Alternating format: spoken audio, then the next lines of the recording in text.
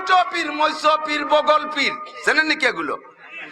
জীবনও কোনদিন মোজ কাটে না, মোজ দিয়ে মুখ গিরে বেলাইছে, কোনদিন দাড়িরে পয় পরিষ্কার করে না, দাড়িতে জটা পইরে গেছে, মাথায় কোনদিন সাবান শ্যাম্পু লাগায় না, চিরুনি করে না, মাথায় সানি সাপের মতো জট হয়ে গেছে, জীবনে কোনদিন বগলে হাত দেয় না, দুই বগল চাইছে বের করতে পারলে একখান রান্নাঘরের এক সালে ছাউনি হয়ে যায়। এত বড় হুমজুমো বন জঙ্গল আছে না নাই কথা কান? এগুলো বাবার দরবারে, খাজার দরবারে, মাজারে পইরা থাকে। এত যতটু কোয়া গেল, নিচে পড়ায় তো আতি দেওয়ার কায়দা নেই, ও পড়া আমাবস্য হয়ে গেছে। এ সিগারেট খামা দেখছেন না, আছে না? আরে কি স্টাইলিশ সাথে সিগারেট ধরে ঝুলোয় আর হাঁটে।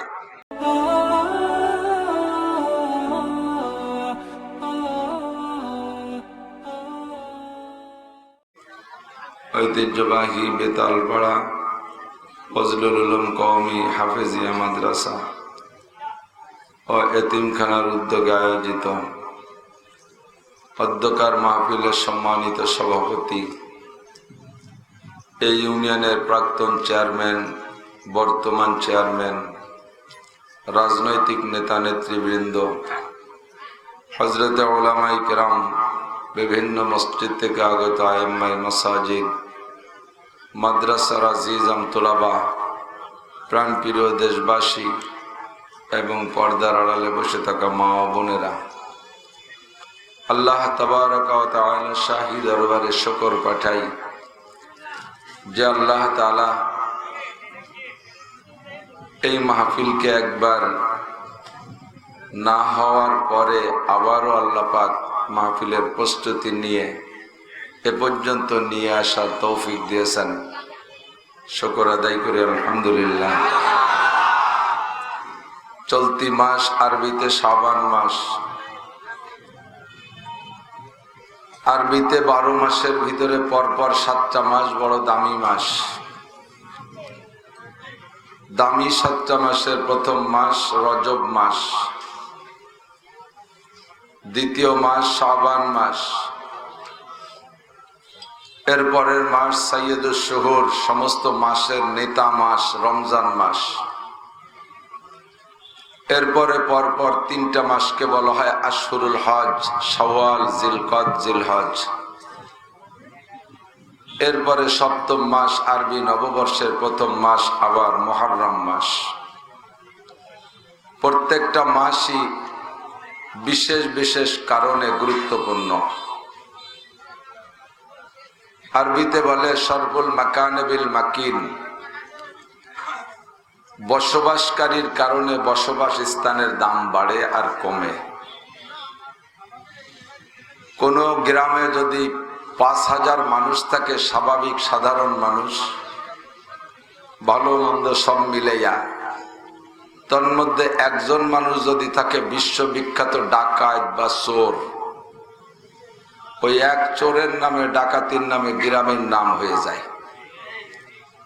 অন্যান্য গ্রামওয়ালারা এ গ্রামে যে আরো ভালো মানুষ আছে সে বিবেচনা খুব কমই করে। চোরের গ্রামে মাইয়ে দেওয়া যাবে না, চোরের গ্রামের মেয়ে আনা যাবে না। এক চোরে পুরো গ্রাম নষ্ট করে ফেলে।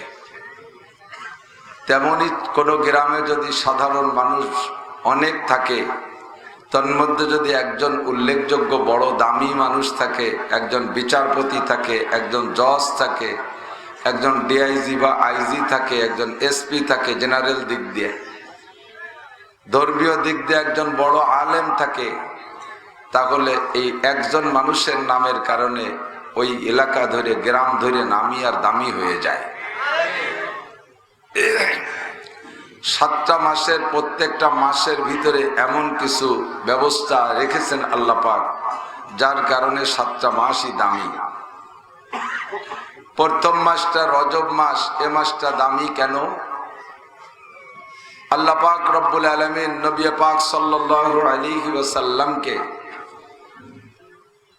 দুনিয়ায় যত মানুষ এসেছে আর আসবে সমস্ত মানুষের মধ্যে সর্বশ্রেষ্ঠ মানুষ, নামী মানুষ, দামি মানুষ, যোগ্য মানুষ, বিজ্ঞ মানুষ, সবচাইতে বড় শিক্ষিত মানুষ হিসেবে নবী পাককে আল্লাহ পাক তৈরি করেছেন। আমার নবীর চাইতে বড় আলেম জগতে কি আর এসেছে? আমার নবীর চাইতে বড় বিজ্ঞানী আসে নাই, নবীর চেয়ে বড় রাজনীতিবিদ আসে নাই, নবীর চেয়ে বড় সামাজিক আসে নাই, নবীর চেয়ে বড় ধর্ম নীতিবাদ আসে নাই, নবীর চাইতে বড় পীর আসে নাই, নবীর চাইতে বড় সুফি আসে নাই, নবীর চাইতে বড় যোদ্ধা আসে নাই। আমার নবীর চাইতে বড় কি বলা হয়, নবীর চাইতে বড় আদর্শবান মানুষ জগতে আর দ্বিতীয় কেউ আসে। এক কথায় বলা যায়, নবী নিজেই বলেন বইস্তু মুআল্লিমা, আমাকে আল্লাহ তাআলা উস্তাদ হিসেবে পাঠাইছে। আপনাদের মধ্যে আমাদের মধ্যে অনেকে উস্তাদ আছেন না?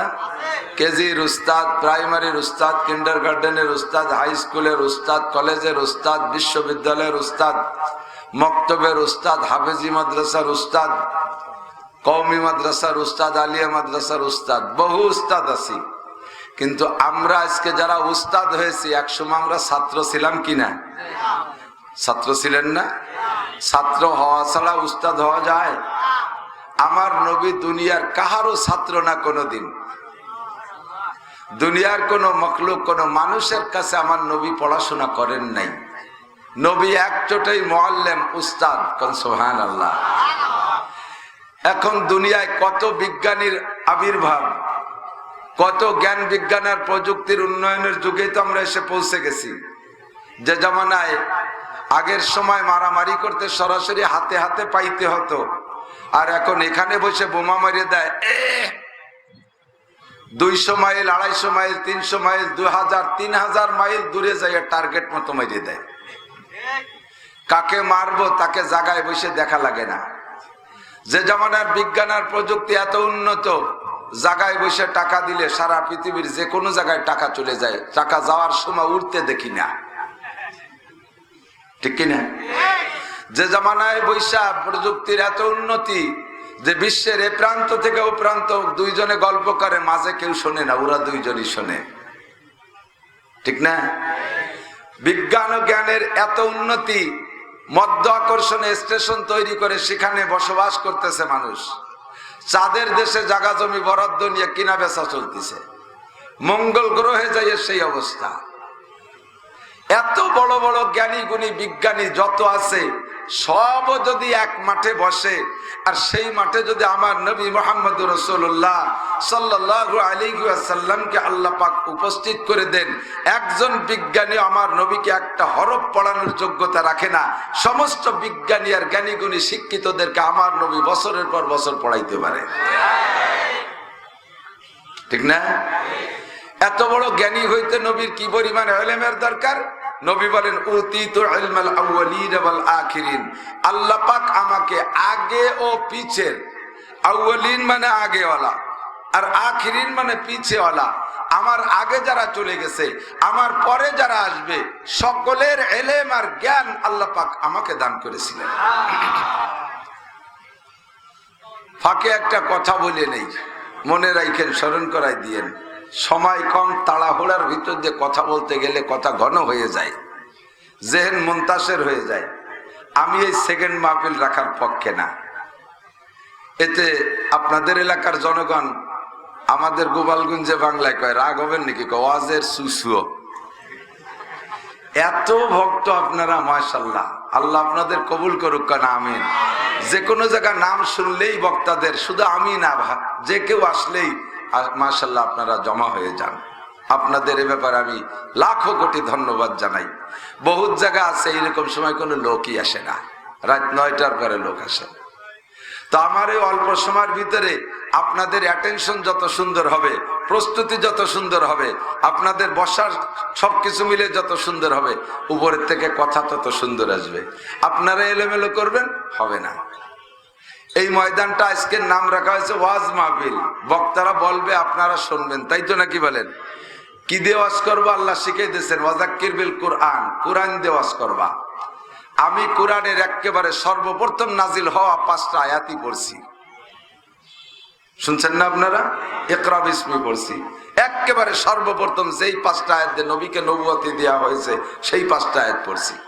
এবার কোরআন শরীফ পড়ার সময় কি করণীয় আল্লাহ পাক নিজেই শিখাইতেছেন, ওয়াইযা কুরিআল কুরআনু ফাসতামিউ লাহু ওয়া আনসিতু। যখন কোরআন শরীফ পড়া হয়, রিডিং পড়া হয়, তরজমা করা হয়, তাফসীর করা হয়, তাহলে সে সময় কি করবা? ফাসতামিউ, অন্তরের কান দিয়ে শুনবা। কাফের মুমিন হয়ে যাবে, মুমিনের ঈমান বেড়ে যাবে। ওয়াইযা তুলিয়াত আলাইহিম আয়াতুহু যাদাতহুম ঈমানা। যখন কোরআনে কারীমের আয়াতের তিলাওয়াত শুরু হয় তখন ঈমান বেড়ে যায়। কোন সুবহানাল্লাহ। তাহলে এত বড় বরকতি আয়াত পড়ার সময় নিয়ম কি? আল্লাহ বলেন অন্তরের কান দিয়ে শুনবা, তাহলে লাআল্লাকুম তুরহামুন, যে রহমত আমি নাজিল করব ওয়াদা করেছি তা তোমাদের উপরে দেওয়া হবে। অন্তরের কান দিয়ে শুনতে লাগবে কি? ও আনসিতু, এমত অবস্থায় যে মুখের সব কাজ বন্ধ রাখো। কোরআনে কারীমের বয়ান আর তেলাওয়াত শোনার সময় মুখের কাজ শ্রোতারা বন্ধ রাখবা। মুখের কি কি কাজ? 1 নম্বরে কথা কওয়া, মুখে মুখে তর্ক করা, নিজেরা নিজেরা কথা বলা। 2 নম্বরে বাদাম খাওয়া। আপনাদের দেশ যথেষ্ট ফসলের দেশ। আমি আসছি জানলা খুলে, গাড়ির গ্লাস খুলে খালি ফসল দেখছি। আল্লাহ পাক এই যশোর বেল্টের মাটিকে আলাদা কায়দায় বানাইছে, এর বিরাম বিশ্রাম লাগে না, একের পর এক ফসল ফলাইতেই থাকে। আমার বাড়ির পাশে একটা মাঠ আছে, 1 বিঘে জমি, 52 শতাংশের 1 বিঘে জমি। এত ফার্স্ট ক্লাস ফসল হয়। পাট হয় 2 মণ, কলই হয় 1 মণ, ধান হয় 6 পয়সা। আর আপনাদের এখানে অল্প 2-4 কাঠা জমি হলেও, 10-20 শতাংশ জমি হলে একজন মানুষের মোটামুটি একটা সংসার আপনারা চালায় নেন। এর কচুর বই লতি, আপনাদের এই লতি আমরা খাইও বাসে, আমাকে কপালে নাই, ফলাই খাচ্ছি পারি না। আপনাদের এই 1 ফসলের মধ্যে আর 1 ফসল, 2 ফসল দিলে ভালো হয়? ভালো হয় না। একটাকে 1 ফসলই করলে ভালো হয়। আখের মধ্যে কচু দিলে ভালো হয় না, কচুর মধ্যে বাদাম লাগালে ভালো হয় না, ঠিক না? তাহলে ওয়াজের মধ্যে বাদাম দিলে ভালো হয় কি? এই ওয়াজের ক্ষেত্রে বাদামের চাষ করা যাবে না। বেশিক্ষণ কষ্ট দেব না, আমার টাইম হয়ে গেলে ছেড়ে দেবো ইনশাআল্লাহ। তো আমার নবী সবচেয়ে বড় আলেম, বিশ্বাস হয়?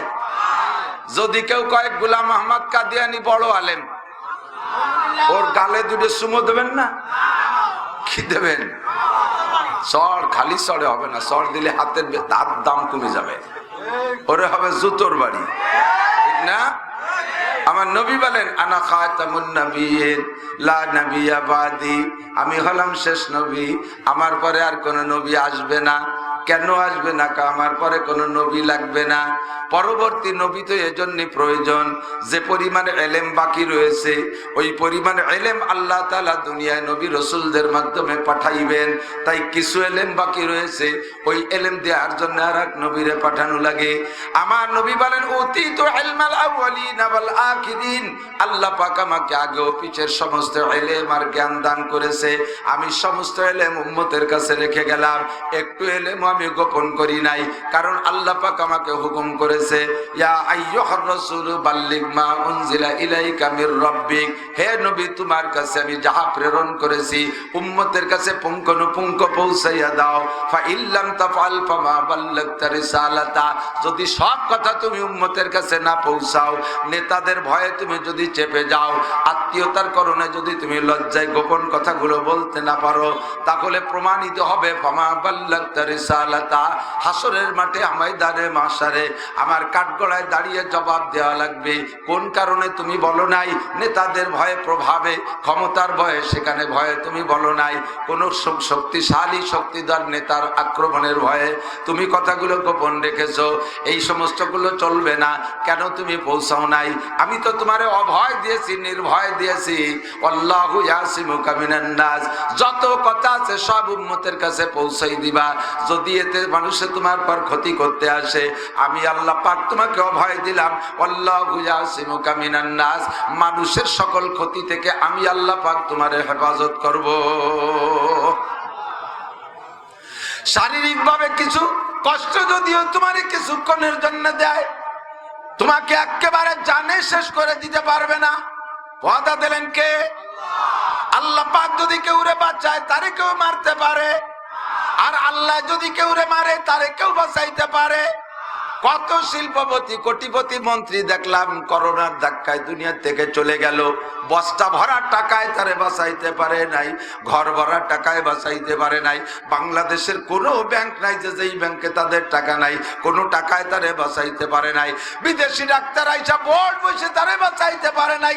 নিয়ার ওয়াদা করেছে, নিয়ার জন্য ডাক দিয়েছে আল্লাহ, দুনিয়ার কেউ তারে টেনে রাখতে পারবে না। আর আমাদের মতো সাধারণ মানুষ করোনার ভিতরে কোনো নিয়ম নীতি মানি নাই, মাস্ক পরি নাই, হ্যান্ড গ্লোভ পরি নাই, আমরা পিপি পরি নাই, ক্যাপ পরি নাই, ভ্যাকসিনও নেই নাই, যত্রতত্র যেভাবে পারছি চলাফেরা করেছি। আল্লাহ পাক আমাদের বাঁচায় রেখেছে। কথা বলুন ঠিক কি ঠিক না? বাঁচায় আমার আল্লাহ, মারে আমার আল্লাহ। নবী পাক যখন আল্লাহ পাকের পক্ষ থেকে আদেশ পাইলেন সব পৌঁছে দিবা উম্মতের কাছে, আমার নবীর ভিতরে যত এলেম আল্লাহ দিয়েছিলেন সব এলেম উম্মতের কাছে পৌঁছিয়ে দিয়েছেন। বিদায় হজের দিন ১৬ লক্ষ সাহাবাদেরকে সামনে কইরা আল্লাহর নবী সাহাবায়ে কিরামকে সাক্ষী রেখেছেন। নবী বলেন আলা হাল বাল্লাগতু, আলা হাল বাল্লাগতু, আলা হাল বাল্লাগতু। হে আমার উম্মতরা, তোমরা সাক্ষী দাও, আল্লাহ পাক যত কথা আমারে শিখাই দিয়েছেন তোমাদের কাছে পৌঁছানোর জন্য তোমরা সাক্ষী দাও। আমি কি সব কথা তোমাদের কাছে পৌঁছাইছি? আমি কি সব কথা তোমাদের কাছে পৌঁছাইছি? আমি কি কোনো কথা তোমাদের কাছে লুকায় রেখেছি নাকি সব কথা পৌঁছাইছি? সাহাবায়ে কেরাম বললেন বালা, জি হুজুর, আপনি একটা কথা আমাদের থেকে গোপন রাখেন নাই।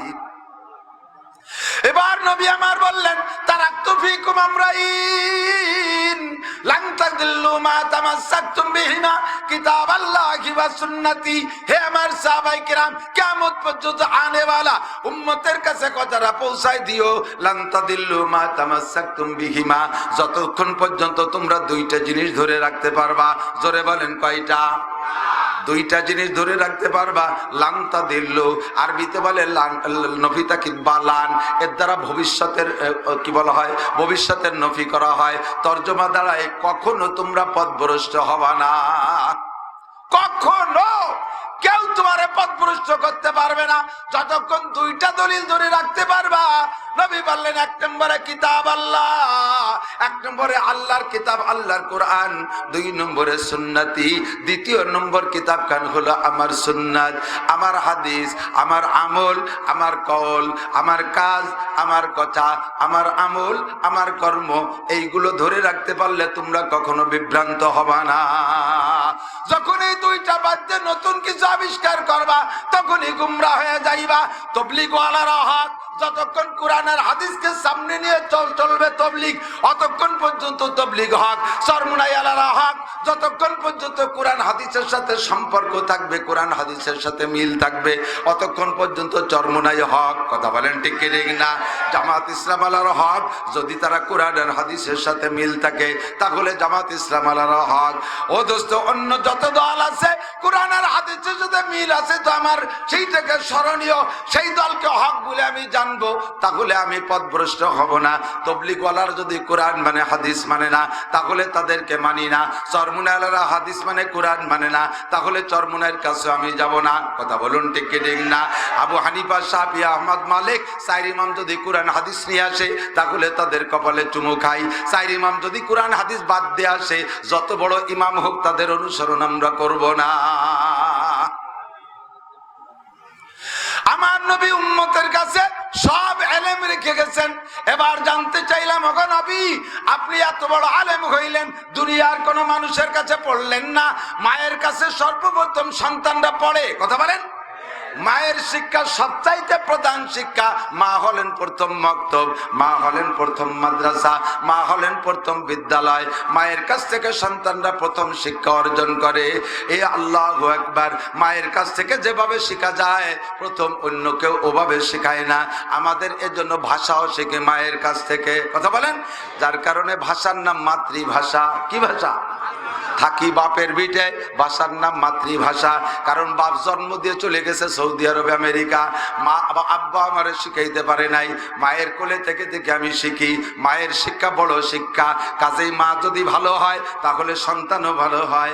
মা যদি বকাটিয়া হয় সন্তানও বকাটিয়া হয়। মা যদি বেপর্দা হয় সন্তানও বেপর্দা হয়। মা যদি প্যান্ট পরা হয় সন্তান ল্যাংটা হয়। কথা বল না কেন? মা যদি সিগারেট খায়, সন্তানে গাঁজা খায়, এ সিগারেট খাওয়া মা দেখছেন না? আছে না? আরে কি স্টাইলের সাথে সিগারেট ধরে ঝুলোয় আর হাঁটে। এরা যদি মা হয়, ওই মায়ের সন্তান দিবালোকে গাঁজা বা ফেন্সিডিল হিরোইন খাবে। কতক্ষণ ঠিক কি ঠিক না? মা যদি ভালো হয়, সন্তান ভালো হয়। মা যদি কুরআনী হয়, সন্তান হয় আব্দুল কাদের জিলানী। মা যদি কুরআনওয়ালা পর্দানিশীন হয়, তাহলে সন্তান হয় আবুল হাসান যশোরী। মা যদি হয় আল্লাহওয়ালি দিনদার পরহেজগার পর্দানিশীন, সন্তান হয় সৈয়দ ফজলুল করিম চরমুনাইর সাহেব। ঠিক কি ঠিক না? মা যদি আল্লাহওয়ালি হয়, সন্তান হয় বড় বড় হক্কানি উলামায়ে কেরাম। মা যদি দিনদার ইমানদার আল্লাহওয়ালি পর্দানিশীন হয়, সন্তান যদি রাজনৈতিক নেতা হয়, তবু ওই নেতাটা দিনদার হয়, ওই নেতা আল্লাহওয়ালা হয়, ওই নেতা উলামা পছন্দি হয়। কথা বলেন ঠিক কি ঠিক না? আমার বয়ানের মধ্যে শুনে থাকবেন, শুনেছেন দোস্ত, কয়েকদিন আগে আমি ঢাকা যাওয়ার সময় মাওয়ার রুটে পার হইতেছি গাড়িতে। আমিও গাড়িতে শুধু ভিআইপি পার্সনই উঠছে, ফেরিতে ভিআইপি পার্সন উঠছে, তার ভিতরে আমি নন ভিআইপি, আমিও সুযোগ পাইয়া ঢুইকা গেছি। ঘাটে যারা আছে তারা আমারে ভিআইপিদের চাইতে ভিআইপি বানায় আগে উঠাই দিছে। এবার উপরে উঠা বসছি যাইয়া চেয়ারে। ইতিমধ্যে কিভাবে খবর পাইছে আমাদের গোপালগঞ্জের সন্তান কাজী ফিরোজ রশিদ সাহেব, ঢাকা 5 আসনের এমপি, উনি উনার ড্রাইভারকে দিয়ে খবর পাঠাইছে, হুজুরকে একটু আসতে বলো। ভিআইপি রুমের মধ্যে যে দেখে উনি একা আমারে যে বসাইছে। আল্লাহর বান্দা এমন এমন কিছু কথা কইল, আমার দিলটা ঠান্ডা হয়ে গেছে। নিজের টাকা দিয়ে মাদ্রাসা করছে, উনি নিজে যাইয়া উনি বলেন আমার বাড়ির টাইলস কিনছি যে টাকা, যে দামের টাইলস, আমার মাদ্রাসার টাইলসের প্রত্যেক ফিট প্রতি 20 টাকা বেশি দিয়ে কিনছি। টাইলসের দোকানদার রাখায় স্যার, মিস্ত্রিরা কয় স্যার আপনার বাড়ির টাইলসের চাইতে মাদ্রাসার টাইলসের দাম বেশি। উনি বললেন আমার বাড়ি বসত করবো আমি আর আমার ছেলে মেয়ে, আমাদের চাইতে আমার মাদ্রাসার মেহমানদের দাম আল্লাহর কাছে কোটি কোটি গুণ বেশি। আমার ঘরের মধ্যে থাকবে টেলিভিশন, আমার ঘরের মধ্যে থাকবে ফেসবুক, ইউটিউবে বিভিন্ন কিছু দেখা দেখি, আমার ঘরের মধ্যে থাকবে জেনারেল বই পুস্তক। আরে দুনিয়ার সব কিছু যে জায়গা থাকবে তার চাইতে 1000 গুণে দামি হতে হবে আল্লাহর কোরআন যে ঘরে থাকে সেই ঘর। কথা বলেন ঠিক ঠিক না? কাজেই আমার ঘরের চাইতে আল্লাহর কোরআনের ঘর দামি হইতে হবে। এই জন্য আমি বেশি দামি টাইলস দিয়ে কিনছি, বেশি টাকা দাম দিয়ে টাইলস কিনে আমার মাদ্রাসারে আমি সাজাইছি। প্রত্যেক দিন সকালবেলা আমার ছাত্রদেরকে আমি পরোটা খাওয়াই, ডিম খাওয়াই, সরবি কলা খাওয়াই, মাখন খাওয়াই। আমি তাদের 3 বেলা 1 নম্বর চাউল, আমি যে চাউল বাজারের থেকে বাড়ির জন্য কিনি তার চাইতে কেজি প্রতি কমপক্ষে 5 টাকা বেশি, 4 টাকা দাম দিয়া আমি তালবে আলিমদের জন্য চাউল কিনি। আমার মনের ভিতরে বুঝ, ওরে আমরা খাইয়া সব শেষ করব, যাদের খাবো তারা রসুলের মেহমান, ওদেরকে খাওয়াইলে ওরা কিয়ামতে আমার কাজে লাগবে। কথা কন ঠিক ঠিক না? ও দোস্ত, হেফজখানার পড়ালেখা সম্পর্কে কাজী ফিরোজ রশিদ সব বলতে পারে। জাতীয় সংসদে দাঁড়াইয়া এই উলামায়ে কিরামকে ঠাট্টা করনেওয়ালা, ব্যঙ্গ করনেওয়ালা এক নেতার জবাবে কাজী ফিরোজ রশিদ বলেছিলেন, মাননীয় স্পিকার সাহেব সম্ভবত ওই নেতার উলামায়ে কিরাম সম্পর্কে ধারণা নাই, মাদ্রাসার তালবে আলিম ছাত্রদের আমল আখলাক সম্পর্কে ধারণা নাই। আমি জাতীয় সংসদে দাঁড়িয়ে জানাই দিতে চাই আপনার মাধ্যমে, মাদ্রাসার ছাত্ররা কত সুন্দর, এরা সালাম দেয় আগে, এদের চেহারার ভিতরে সিজদার নূর চমকায়, এদের চেহারার মধ্যে কোরআনে কারীমের তিলাওয়াতের নূর চমকায়। আমি চ্যালেঞ্জ করে বলি, কাজী ফিরোজ রশিদ বললেন, মাননীয় স্পিকার সাহেব সারা বাংলাদেশের সব মাদ্রাসার ছাত্রদের রক্ত পরীক্ষা করবেন, একেবারে হাটাজারি থেকে নিয়ে গ্রামের একটা মক্তব পর্যন্ত গোটা বাংলাদেশের সমস্ত মাদ্রাসার ছাত্রদের রক্ত পরীক্ষা করবেন। একটা ছেলের রক্তের মধ্যে আবার গন্ধ পাওয়া যাবে না, গাঁজার গন্ধ পাওয়া যাবে না, ফেন্সিডিলের গন্ধ পাওয়া যাবে না, হিরোইনের গন্ধ পাওয়া যাবে না। ঠিক কি ঠিক না? মাননীয় স্পিকার, আমি এবার আর একটা কথা বলি, বাংলাদেশের সমস্ত হাই স্কুল থেকে বিশ্ববিদ্যালয় পর্যন্ত যত জেনারেল শিক্ষিত ছেলেরা আছে, এই বিশ্ববিদ্যালয় পর্যন্ত ছাত্রদের রক্ত পরীক্ষা করেন। প্রত্যেক 1000 ছাত্রর ভিতরে কমপক্ষে 500 ছেলের রক্তের মধ্যে আবার গন্ধ পাওয়া যায়।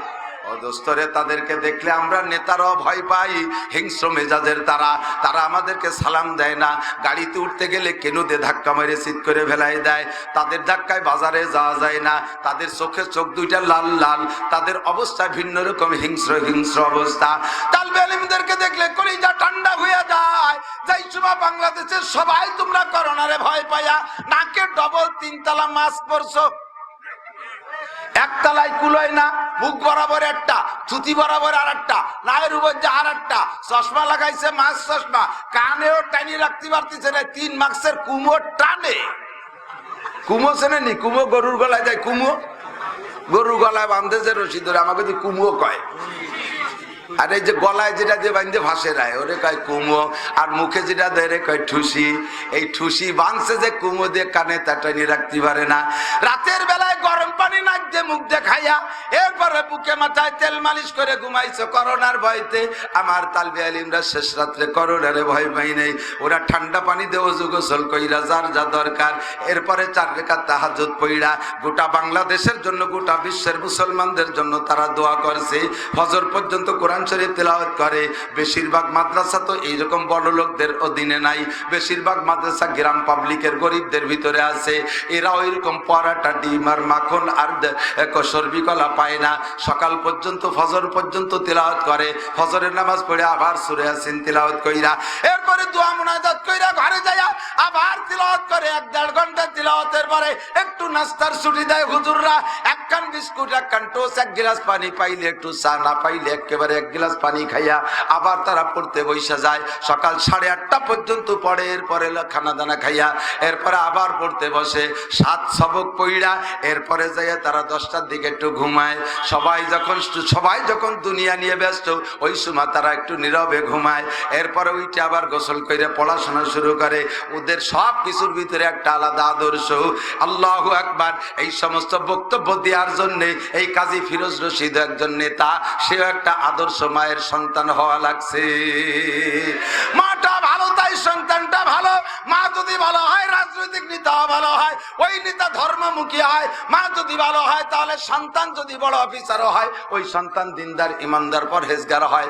আমার জানা আছে বাংলাদেশের ছোট থেকে বড় হাজার হাজার অফিসাররা আল্লাহর রহমতে আমাদেরকে ভালোবাসে। এমন এমন অফিসার জানি, বড় বড় অফিসার, ইচ্ছা করলে তারা ডেলি 10 লক্ষ 20 লক্ষ টাকা ইনকাম করতে পারে। সারাটা জীবন শুধু বেতনের পর নির্ভর করে চলে গেল। অবশেষে সরকার যে কয়টা টাকা দিছে, সেই টাকা দিয়ে কোনো মতে একটু হজ উমরা কইরা আইসা বাড়িতে নর্মাল জীবন যাপন করে। একটা 5 তলা দালান তারা দেয় নাই। আবার কিছু নেককার সন্তান আছে, কোনো মতে 25,000 টাকার বেতনে চাকরি একটা পাইলে হয়, ঢাকার প্রাণ কেন্দ্রে 10 তলা দালানের মালিক হইয়া যায়। এরকম কিছু আল্লাহওয়ালা অফিসার আছে না? এদের আমল নামায় আল্লাহ আসমান থেকে আলাদা ভাবে অ্যাকাউন্ট থেকে টাকা পাঠায় দেয়। এ আছে না নাই? বহুত চেয়ারম্যান আছে নিজের ক্ষেতের জমির ধান বিক্রি কইরা জনগণকে সাহায্য করে, আছে না নাই? আবার করোনার মধ্যে দেখলাম বহুত চেয়ারম্যানের বক্স কাটের মধ্যে তেলের খনি হইছে। সুবহানাল্লাহ। আছে না নাই? নেক সন্তান পাইতে হলে নেককার মা লাগে, নেককার মা হইলে নেক সন্তান হয়। মা যদি হয় খাদিজা, সন্তান হয় ফাতেমা। কথা বলেন ঠিক কি ঠিক না? এ মা যদি হয় ফাতেমা, সন্তান হয় হাসান হুসাইন রাদিয়াল্লাহু তাআলা আনহুমা। আল্লাহু আকবার। মা যদি হয় আব্দুল কাদের জিলানীর মা, সন্তান হয় আব্দুল কাদের জিলানী। ঠিক কি ঠিক না? কাজেই মা ভালো, মা থেকে প্রথম শিক্ষা পাওয়া যায়। আমার নবী মায়ের থেকে শিক্ষাও পাই নাই, আব্বার থেকে শিক্ষা পাবে। আব্বা জন্মের আগে চলে গেছে, মায়ের কাছ থেকে পড়বে যখন তখনই মা চলে গেছে। আপন বড় ভাই বিরাদার নাই, আর শিক্ষা দেওয়ার মতো কোনো উস্তাদ নাই। এগুলোকে আল্লাহ পাক কেন নিয়ে গেলেন? এই কেনর ভিতরে ডুব দিলে অনেক সময় লেগে যায়। সংক্ষেপে বলি, মা বাপ বাইচে থাকলে তাদের কাছে পড়তেন, তারা হইতেন আমার নবীর উস্তাদ। আর আমার নবীকে আল্লাহ এমন ভাবে পাঠাইবেন যে দুনিয়া দুনিয়ার কেউরে তার উস্তাদ বানাবে না, উনি শুরু থেকে শেষ পর্যন্ত উস্তাদ হইয়া থাকবে, ঠিক না? জানতে চাইলাম ওগো নবী, আপনি এত বড় শিক্ষা অর্জন করেছেন, এত বড় পণ্ডিত হইলেন, তাহলে মিডিয়া কি, কোন মিডিয়ায় কোন মাধ্যমে পড়লেন? নবী পাক আমার বলেন, এক নম্বরে রুইয়া সালেহা, আল্লাহ পাক আমাকে সত্য স্বপ্নের মাধ্যমে শিক্ষা দিয়েছি। সমস্ত নবীদের স্বপ্ন ওহী, নবীরা যা স্বপ্নে দেখে তা ওহী। আমার নবী বলেছেন, আমার উম্মতের স্বপ্ন, আমার উম্মতের মুসলমান উম্মতের স্বপ্ন ওহীর 46 ভাগের 1 ভাগ, ওহীর 46 ভাগের 1 ভাগ। ওহী তো 100 সত্য, এর মধ্যে কোনো সন্দেহ নাই। আর মুসলমানের স্বপ্ন ওহীর 46 ভাগের 1 ভাগ, তার মানে কি কিছু হলেও সত্য আছে। এবার যার কথা যত সত্য, যার কাজের মধ্যে যত স্বচ্ছতা, যার দুনিয়ায় জাগতিক সব কাজের মধ্যে কথা যত সত্য কয়, ওর স্বপ্ন তত সত্য। আর যার কথার ভিতরে যত 2 নম্বরই, ওর স্বপ্নের মধ্যে তত 2 নম্বরই। ও দেখবে আসমান ফুটো করে ফেলতেছে আঙ্গুল দিয়ে, সজাগ হয়ে দেখবে আঙ্গুল আর এক জায়গা ফুটো করে ফেলাইছে। দেখবে একটা হবে আর একটা, ও দেখবে একটা হবে আর একটা, ওর সব কিছু উল্টো হয়ে যাবে, কারণ ও কথা কয় মিথ্যে কথা। আল্লাহু আকবার। আমার নবীর স্বপ্ন সত্য, নবী পাককে আল্লাহ স্বপ্নের মাধ্যমে ইলম দিয়েছেন। 2 নম্বরে নবী পাক বলেন, আমাকে আল্লাহ পাক ইলহামের মাধ্যমে ইলম দিয়েছেন। ইলহাম বলা হয় কোন মিডিয়া মাধ্যম, ফ্যান দেওয়া হবে না। ইলহাম বলা হয় সরাসরি সিনার মধ্যে ইলম ঢুকিয়ে দেওয়া, সরাসরি সিনার থেকে সিনার মধ্যে ইলম চলে যাওয়া, এর নাম হলো ইলহাম। আল্লামাহা ফুজুরাহা ওয়া তাকওয়াহা। এই ইলহাম আবার 2 প্রকার, কিছু আছে ভালো ইলহাম, কিছু আছে মন্দ ইলহাম, কিছু আছে ভালো ইলহাম, কিছু আছে মন্দ ইলহাম। মুমতাজের সিনার থেকে তার শিষ্যদের বুকের মধ্যে কি যায়, মুমতাজের সিনায় যা আছে শিষ্যদের সিনার মধ্যে তাই যায়, কতক্ষণ ঠিক না? সিনার থেকে সিনার মধ্যে ইলম যায়, মনির খানের সিনায় যা আছে তার শিষ্যদের সিনায় তাই যায়। এ কোন জৈট পীর, মৈশ পীর, বগল পীর, জানেন নাকি এগুলো? জীবনও কোনদিন মোজ কাটে না, মোজ দিয়ে মুখ গিরে বেলাইছে, কোনদিন দাড়িরে পয় পরিষ্কার করে না, দাড়িতে জটা পইরে গেছে, মাথায় কোনদিন সাবান শ্যাম্পু লাগায় না, চিরুনি করে না, মাথায় সানি সাপের মতো জট হয়ে গেছে, জীবনে কোনদিন বগলে হাত দেয় না, 2 বগল চাইছে বের করতে পারলে একখান রান্নাঘরের 1 সালে ছাউনি হয়ে যায়। এত বড় হুমজুমো বন জঙ্গল আছে না নাই কথা কান? এগুলো বাবার দরবারে, খাজার দরবারে, মাজারে পইরা থাকে। এত যতটু কোয়া গেল, নিচে পড়ায় তো আতি দেওয়ার কায়দা নেই, ও পড়া আমাবস্য হয়ে গেছে। এই সমস্ত জৈট মৈশ বদমাইশ এলাকায় আছে না নাই? ওদের সিনার মধ্যে শয়তানে খারাপ কথা ঢুকাইয়া দেয়, তাই উম্মতের কাছে বয়ান করে আল্লামাহা ফুজুরাহা। আর আমার নবীর সিনার মধ্যে আল্লাহ পাক ইলহাম দিয়েছে তাকওয়াহা, ইলহামে তাকওয়া পরহেজগারি ইলম আমার নবীকে আল্লাহ দিয়েছেন। এটা সিনার থেকে সিনায় যায়, কতক্ষণ সিনার থেকে সিনায় যায়, সিনার থেকে সিনায় যায় কি করে? আসদি বইয়ের সাথে মিশাই দেই, সব সময় যায় না, সব বুকের থেকে সব সময় যায় না, আর সিনার থেকে সিনায় যায়। আগে কইলে মানতে নাই, এখন তোমরাই আবিষ্কার করছো, তোমাদের আবিষ্কারের মধ্যে আছে। আমার মোবাইলের ভিতরে মেমোরি কার্ড আছে 32 GB, ও লোড দিয়ে আছে ওয়াজ দিয়ে, হাদিস দিয়ে, কোরআনের তিলাওয়াত দিয়া। আপনার এইটা পছন্দ হয়েছে, আপনারটাই নাই। আপনার মোবাইলে নেওয়ার ব্যবস্থা আছে না নাই? আমার ডারে অন করে দেবে, আপনার ডারে কি বলা হয় রেকর্ডিং বাটন চেপে দেবেন, তাও হয়। আর তার চাইতে সহজ এইটাই, ওইটা ব্লুটুথ সংযোগ দিয়ে একটা বাটনে চাপ দিয়ে দুটেরে বইয়ের সাথে বুক মিশে কিছুক্ষণ শোয়াই তুলি, এর ব্যাটের মধ্যে যা আছে সব ওর ব্যাটের মধ্যে চলে যায়। যায় কি যায় না? তো তোমাদের একটুকু একটা মাথা, বিলের মাথার মধ্যে একটা মাথা, ওর মধ্যে পটাকখানে গিলু, তাইতে যদি এমন আবিষ্কার করতে পারো যে মোবাইল একটা জড় পদার্থ, তার ব্যক্তিগত কোনো ক্ষমতা আর পাওয়ার নাই, সে মরা, সেই মহারাজ মোবাইলের একটার থেকে আর একটার মধ্যে যদি যাইতে পারে সিনার থেকে সিনায়, তাহলে আমার উস্তাদের সিনার থেকে ছাত্রর সিনায়, পীরের সিনার থেকে মুরিদের সিনায়, জিব্রাইলের সিনার থেকে আমার নবীর সিনায় যাইতে পারে কি পারে না? আমা জওয়াবুকুম ফাহুয়া জওয়াবুনা। নবী পাককে আল্লাহ পাক এভাবে শিক্ষা দিয়েছেন ইলহামের মাধ্যমে। 3 নম্বরে কাশফ, আমার দিক তাকান, 3 নম্বরে কাশফের মাধ্যমে শিক্ষা দিয়েছেন নবীকে। কাশফ মানে খুলে যাওয়া, কাশফ মানে খুলে যাওয়া, ওপেন হয়ে যাওয়া। নবী পাক জানতে চাইছে, রব্বি ও রব্বুল আলামিন, আমি জান্নাতের আলোচনা করব উম্মতকে, আমি জান্নাত তো কোনোদিন দেখি নাই। ফাকাশাফাল্লাহু বাইনা ইয়াদাইহিল জান্নাহ, সঙ্গে সঙ্গে আল্লাহ পাক 8টা জান্নাতের বিস্তারিত নবী পাকের সামনে খুলে দিয়েছে।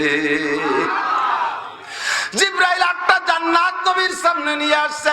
এবার নবী জান্নাতের বর্ণনা দেওয়া শুরু করলেন।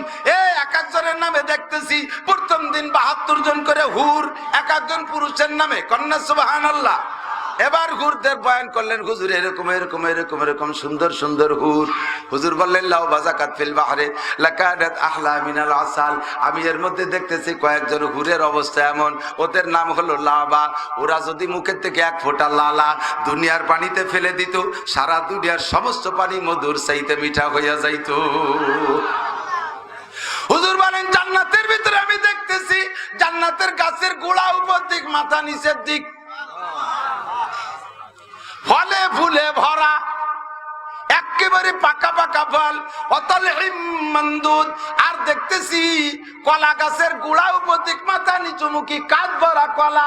আর একটা কলার গায়ে খোসা নাই, সম্পূর্ণ ছোলা কলা। সাহাবায়ে কেরাম বলে হুজুর ছোলা কলায় মাছি পড়তেছে না? হুজুর কয় জান্নাতের মধ্যে মাছি নাই, কষ্টদায়ক মশা মাছি জান্নাতের মধ্যে নাই। যখন ফলগুলো কাছে চলে আসছে, আল্লাহ নবী এমন করে ধরতে যাচ্ছেন, ডান হাত বাড়ায় বাড়ায় বারবার ধরতে যাচ্ছেন, আবার খালি হাতে ফিরে আসে। সাহাবায়ে কেরাম বলেন হুজুর জান্নাতের বয়ানের সময় হাত বাড়াইতেছেন, ঘটনা কি?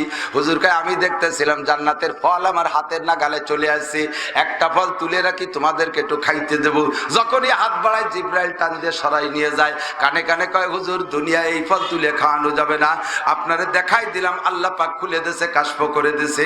দেখে দেখে উম্মতকে বয়ান করেন এই ফল তারা পাইবে জান্নাতে যাইয়া। জোরে কন্যা সুবহানাল্লাহ। এই ফল পাবে তারা জান্নাতে যাইয়া। আমার আল্লাহ বলেছেন আদাতুল ইবাদিয়াস সালিহিন মালা আইনুন রাআত ওয়ালা উযুনুন সামিআত ওয়ালা খাতারা আলা কলবি বাশার। আমার ইমানদার পরহেজগার আল্লাহ ওয়ালা বান্দাদের জন্য আমি জান্নাতের মধ্যে তৈরি করে রেখেছি এমন নিয়ামত, মালা আইনুন রাআত, জীবনে কোনোদিন চোখে দেখো নাই, ওয়ালা উযুনুন সামিআত, বিস্তারিত বর্ণনা কোনোদিন উলামায়ে কিরাম শুনাইতে পারে নাই, তার কারণে তোমরা শুনে থাকবে। কাজেই তোমরা জান্নাতের বয়ান শোনো নাই। ওয়ালা খাতারা আলা কলবি বাশার। আর এত আজীব আজীব যদি দুই একটা বলা হয় তোমার বিশ্বাস করতেই কষ্ট হবে। এত ভালো কি করে সম্ভব? এরপরে নবী বলেন আল্লাহ বলেছেন তোমাদের জান্নাতের মধ্যে রয়েছে ওয়ালাকুম ফিহা মা তাশতাহি আনফুসুকুম ওয়ালাকুম ফিহা মা তাদউন। মুখে যা বলবা তাও পাবা, মনে যা কল্পনা করবা তাও তুমি জান্নাতের মধ্যে পাইবা। আর একটা পুরস্কার রয়েছে, আল্লাহ পাক বলেন আস-সাওমুলি ওয়া আনা আজজি বিহি।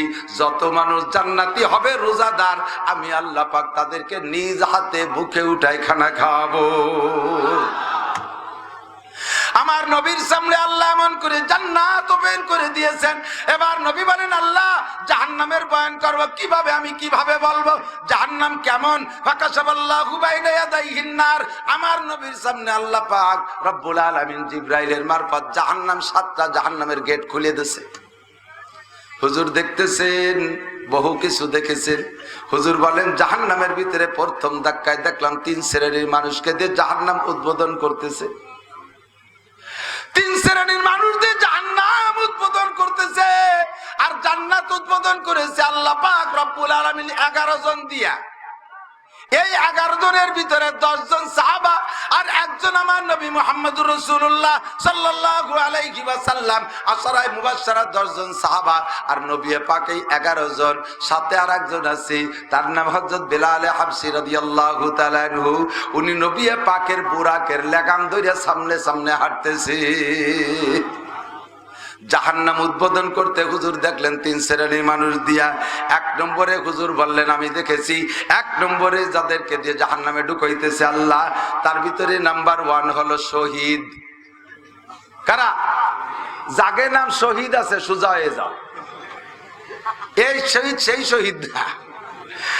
যারা আমরা শহীদ উপাধি নিয়ে নাচতে আসি বা যাদেরকে শহীদ বলে আমরা পাগলামি করি, এইরকম বহুত শহীদ আছে। একেবারে ওহুদের যুদ্ধে যে শহীদ হইল ওই শহীদকে দিয়ে জাহান্নাম উদ্বোধন করা হবে। বদরের যুদ্ধে শহীদ হইল যদি ওই দোষে দোষী হয় তাহলে তাকে দিয়ে জাহান্নাম উদ্বোধন করা হবে।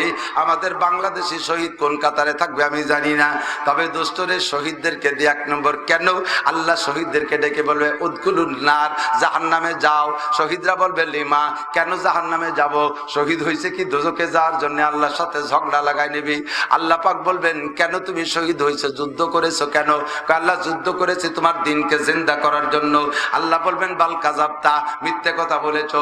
তুমি যুদ্ধ করেছিলে দুইটা উদ্দেশ্যে। এক নম্বর হলো যদি তুমি যুদ্ধে বিজয় হতে পারো তাহলে গনিমতের মাল পাবা, জীবন ভরে তুমি মুক্তিযোদ্ধার নাম দুইয়ে খাতি পারবা, তোমার নামে একটা কোটা হবে, মাসে মাসে 10-20 হাজার টাকা পাইবা, এই নাম দুইয়ে খাতি পারবা, এই জন্য তুমি যুদ্ধ করেছিলে। আর যদি তুমি মারা যাও তোমার কবরের কাছে সাইনবোর্ড টানানো থাকবে, আর বছরে বছরে সিজনে সিজনে তোমারে ফুল দেওয়া হবে, শহীদ নাম নিয়ে তুমি সম্মান অর্জন করবা, দুনিয়ায় তোমারে মানুষের শহীদ বলবে, এই জন্য তুমি শহীদ হয়েছিলে, যুদ্ধ করেছিলে। ওয়াকাদ কিলা, তা তোমারে বলা হয়ে গেছে। এখন তুমি শূন্য হাত, কথা মোটে বাড়াবা না, জাহান্নামে যাও, এই জন্য তুমি শহীদ হয়েছিলে, তোমার নাম শহীদ না, তুমি মাকতুল, তুমি হত্যা হয়েছো, যাও জাহান্নামে যাও। 2 নম্বরে যাকে দিয়ে জাহান্নাম উদ্বোধন করবে নবী দেখতেছেন।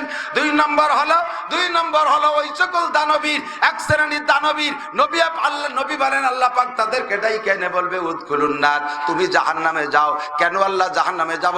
কয় আল্লাহ বলবেন তুমি কি করে আসছো দুনিয়ার থেকে? কয় আল্লাহ কোটি কোটি টাকা দান করে আসছি, মসজিদ করে আসছি, মাদ্রাসা করে আসছি, ইত্যাদি ইত্যাদি করে আসছি, আমি কেন জাহান্নামে যাব?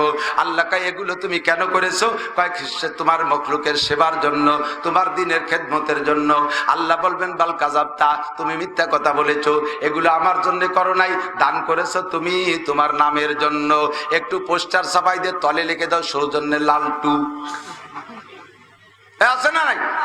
একটু পোস্টার লেগে সবাই দিয়ে তার তলে আবার নাম কার লিখতে যাও কে? এই তুই সৌজন্যের জন্য না পোস্টার ছাপাচ্ছিস, এই ওয়াজের জন্য সবের জন্য পোস্টার ছাপাচ্ছিস, তোর সৌজন্য দুনিয়ার থেকে হয়ে গেছে। এখন তুমি খালি হাত, তুই মসজিদ বানাইছিস কেন?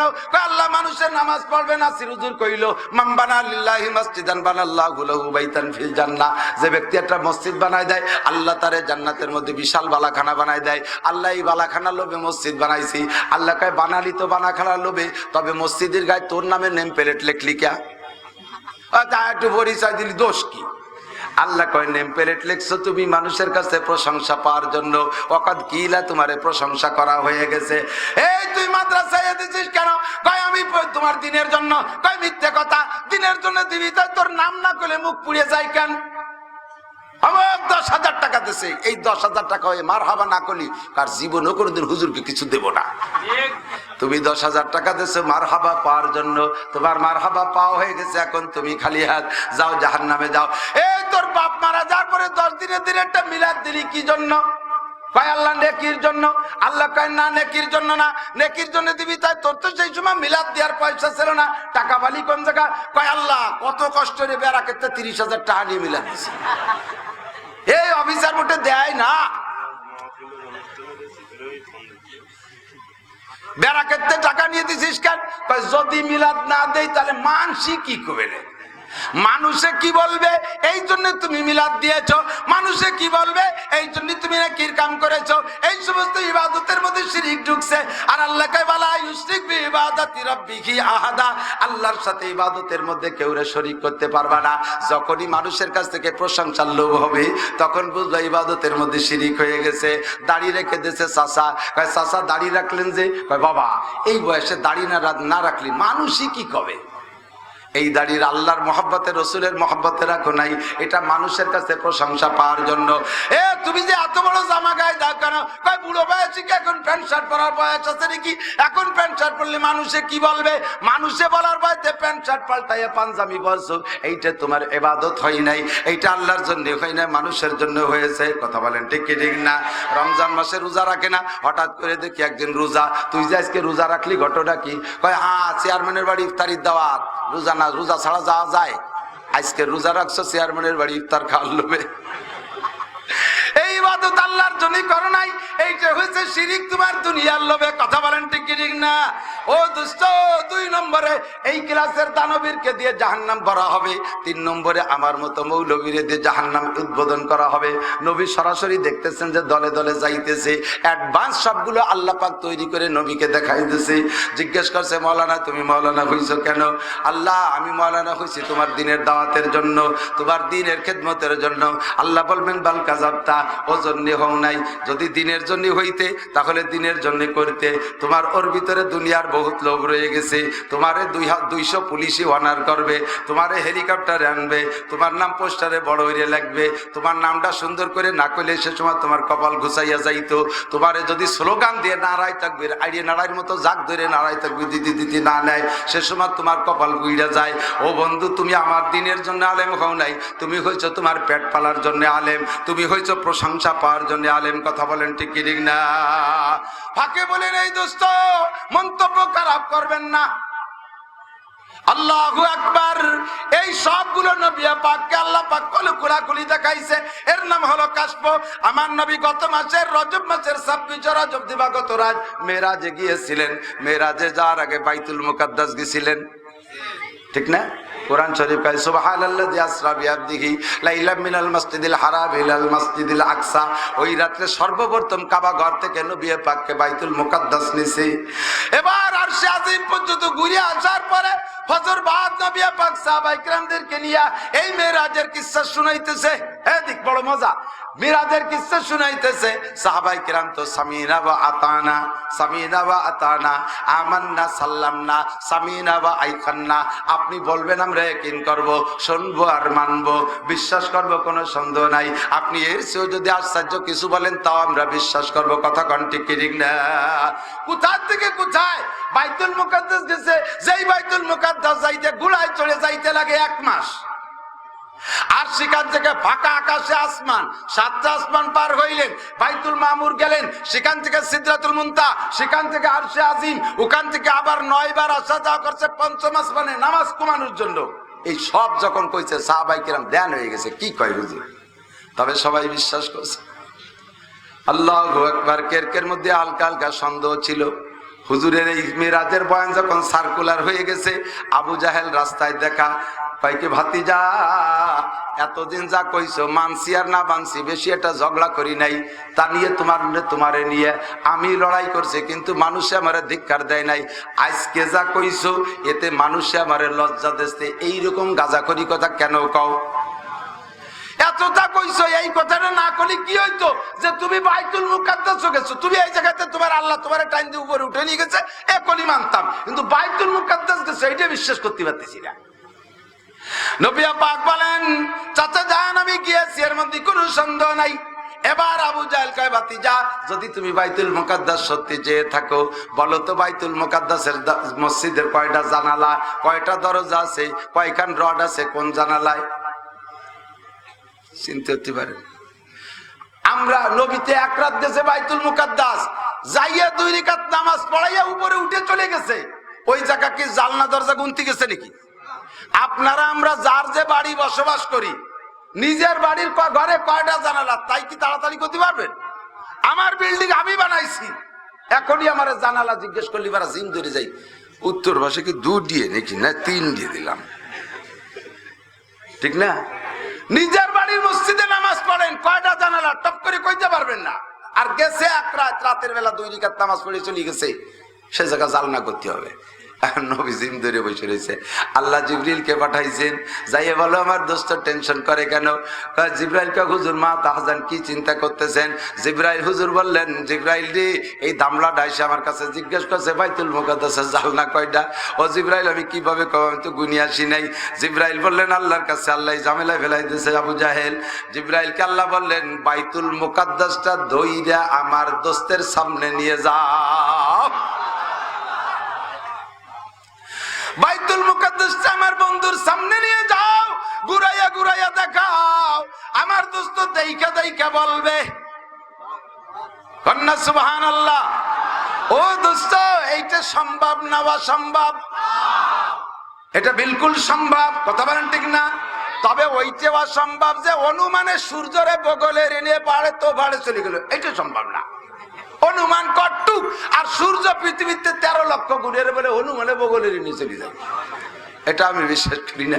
কিন্তু বাইতুল মুকাদ্দাস সামনে আনা সম্ভব। কোরআন শরীফে আছে, আমার দেখতে কান, বাচ্চা কি বলা হয়, সুলাইমান আলাইহিস সালামের নাম তো শুনছেন। সুলাইমান নবী সারা দুনিয়ার সব চাইতে, সারা দুনিয়ার রাজত্ব চালাইছে 2 জন মুসলমানদের মধ্যে, একজন সুলাইমান আলাইহিস সালাম আর একজন হযরত ইস্কান্দার জুলকারনাইন, তাই তো? সুলাইমান আলাইহিস সালামের রাষ্ট্র সারা দুনিয়াব্যাপী সমস্ত মখলুকের রাজা, এমনকি বাতাসে ওনারে কর দেওয়া লাগে। বাতাস যদি উত্তর দিকে দক্ষিণ দিক যাচ্ছে ওনার কাছে সরিয়ে যাওয়া লাগবে, হুজুর যাবো উত্তর দিক, কয় যে না জাতীয় আর দেওয়া লাগবে 2000। কথার কথা কর দেয়া লাগতো। সুলাইমান আলাইহিস সালাতু ওয়াস সালামের জামানায় কুয়েতের নাম ছিল মুলকে সাবা। কুয়েত সেই কাল থেকে ধনী, কুয়েত সেই আদিকাল থেকে ধনী এবং খুব উন্নত একটা দেশ। তৎকালীন কুয়েতের বাদশা ছিল, কুয়েতের রানী ছিল রানী বিলকিস প্রধানমন্ত্রী। একদিন হযরত সুলাইমান আলাইহিস সালাম বিভিন্ন প্রয়োজনে সকলকে নিয়ে বসছে। ইতিমধ্যে উনার পানির দরকার, পানি মাটির নিচে কোন জায়গা মিষ্টি পানি, এইটা উনি যদি জানতে পারে জিনদেরকে অর্ডার দেয় পানির মাটির নিচ থেকে পাইপ যে কোনো ভাবে পানি তুইলে ওনারে মিষ্টি পানি খাওয়ায়। এবার কোন জায়গা মাটির নিচে পানি আছে মিষ্টি পানি, এইটা আবার জিনরা জানে না, এটা উনার বলে দেয়া লাগে। এবার উনি জানে কিভাবে, ওনার একটা পাখি ছিল হুদহুদ পাখি। এই হুদহুদ পাখিরে যদি বলতো বলো তো হুদহুদ কোন জায়গা মিষ্টি পানি আছে, হুদহুদ পাখিটা নখ দিয়ে এবং ঠোঁট দিয়ে কুড়াইতো, মাটিতে ঠুকাইতো, বলতো যে হুজুর এই জায়গা আছে। তখনই যে জিনরা পানি উঠাই নিয়ে আসতো। সুলাইমান আলাইহিস সালাম মন্ত্রী পরিষদ নিয়ে বসছেন, ইতিমধ্যে সবাইরে দেখে, উনি এবার দেখতেছে যে সব আছে কিন্তু হুদহুদ নাই। উনি বলতেছে মালিয়ালা আরাল হুদহুদ, ওরে সবাইরে দেখি হুদহুদ গেল কোন জায়গায়। ওই সময় হুদহুদ পাখি ছিল না, ও চলে গেছে রানী বিলকিসের মুলকে সাবায় ওই জায়গার সংবাদ আনার জন্য। এই সংবাদ নিয়ে আসছে, কিছুক্ষণ দেরি হয়ে গেছে। এবার যখন হুদহুদ পাখি আসছে এই সময় উনি হুদহুদ রে না পাইয়া রাগে রাগে বলতেছেন আজকে ওরে ছিঁড়ে বুড়ে টুকরো টুকরো করে রোদির মধ্যে ফেলাই দেবো, জবই করবো, টুকরো টুকরো করব। এইভাবে রাগ জারতিছে। এই বক্তব্য হুদহুদ পাখি শুনছে, শুনিয়া ডালে দাঁড়াইয়া কোনায় দাঁড়াই কইতেছে হুজুর আমি একটা সুসংবাদ নিয়ে আসছি, এটা ভালো খবর নিয়ে আসছি, যদি না মারেন তাহলে কব। কয়টা দেখি খবর শুনে পছন্দ হলে তোরে মারবো না। কয় হুজুর আপনার এই বিশাল দুনিয়ার মধ্যে একটা রাষ্ট্র আছে যার নাম মুলকে সাবা, ওর প্রধানমন্ত্রীর নাম রানী বিলকিস, ওইটা আপনারে মানে না। ওই মহিলা তার সংসদ সহ আপনাকে স্বীকার করে না, আপনাকে নবী বলে মানে না, আপনাকে রাজা বলে মানে না। ও বড় প্রভাবশালী, বড় ধনী গণী ব্যক্তি। হযরত সুলাইমান আলাইহিস সালাতু ওয়াস সালাম বললেন ও হুদহুদ তোর কথা সত্য হবে যদি তুই আমার সংবাদটা ব্যাকে আনতে পারিস। একটা চিঠি লিখে দিয়েছে রানী বিলকিসের নাম বরাবর। হুদহুদ পাখি তো এই চিঠিটা নিয়ে রানী বিলকিসের কাছে পৌঁছাই দিবি, এরপরে যে উত্তর আসে উত্তরটা নিয়ে আসবি। এবার রানী বিলকিস মন্ত্রী পরিষদ নিয়ে বসছে। ইতিমধ্যে হুদহুদ পাখি সুলাইমান আলাইহিস সালামের চিঠি নিয়ে গেছে।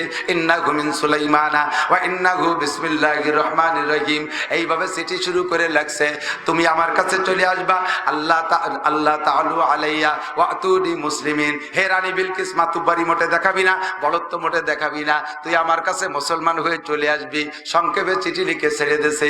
হুদহুদ পাখি যখন ওই চিঠি মজলিসের মধ্যে দেছে, রানী বিলকিস চিঠিখান পড়ে দেখে বাদশা সুলাইমানের পক্ষ থেকে আসছে। আর তার ভিতরে বড় কড়া বক্তব্য, মুসলমান হয়ে যদি আসিস তো আসিস, না হইলে তোরে আইনে ছাড়বো। এই চিঠি নিয়ে পড়াপড়ির পরে সবাই তো ভয় পেয়ে গেছে। মন্ত্রীরা কেউ কেউ বলে আপনার চেয়ে বড় রাজা কে আছে? আছে না কিছু তেল মারা? এই তেল মারা পার্টি তেল মারতেছে, আপনার চাইতে বড় কে আছে? আপনি দেশের আংটা ধরে উঠো তিনামাতি পারেন, আপনি ধনী গণী রাজা বাদশা, আপনার মোকাবেলায় কে আছে? আপনি একটু টেনশন করেন না। এবার রানী বিলকিস কয় না রে, ভয় আমার অন্তরে একটু লাগতেছে। আমি যে এত বড় ধনী বাদশা সে নিশ্চয় জানি এরকম চিঠি পাখির মাধ্যমে পাঠাইছে। দুনিয়ার কেউ পাখির মাধ্যমে চিঠি পাঠায় না, এই লোকটা পাখির মাধ্যমে চিঠি পাঠাইছে। পাখি তো তার কথা শোনে, কাজেই আমার কথা না শুনে উপায় নাই। এই চিন্তায় পড়ে গেছে। ইতিমধ্যে উনি করলেন কি, এই লোকটা কি দিনদার, ইমানদার, পরহেজগার, আল্লাহ ওয়ালা নাকি দুনিয়াদার? এই ট্রাই করার জন্য একখান স্বর্ণের ইট দিয়া 2-3 জন সাংবাদিক দিয়ে ওনার পক্ষ থেকে পাঠাইছে, যাও এই ইটখান নিয়ে তারে দাও। যদি ইটখান গ্রহণ করে বলবো যে, তারপরে বসবো যে লোকটা দুনিয়াদার, দুনিয়ার লোভে আমার এরকম বলতেছে আমার দেশ দখল করবে বলে। আর যদি ইট গ্রহণ না করে তাহলে তার কাছে আমার সারেন্ডার করতেই হবে। যখন সুলাইমান আলাইহিস সালামের কাছে ইট 2খান নিয়ে গেছে, যাইয়া হাদিয়া দিয়েছে, রানী বিলকিস হাদিয়া দিছে, তাদেরকে আপ্যায়ন করে সুলাইমান আলাইহিস সালাম ইট 2খানকে আবার প্যাকেট করে পাঠাই দিয়েছে। কয় যাইয়ে বলো তুমি তো মাত্র 2খান ইট পাঠাইছো, এরকম কত ইট তুমি দেখতে চাও, তোমার দাওয়াত। রানী বিলকিসের তারিখ মতো তারিখ দিয়ে দিলেন, এই তারিখে আমার এখানে আসবা। তুমি দলবল মন্ত্রী পরিষদ 4 বার তারিখ নির্দিষ্ট করে দিছে।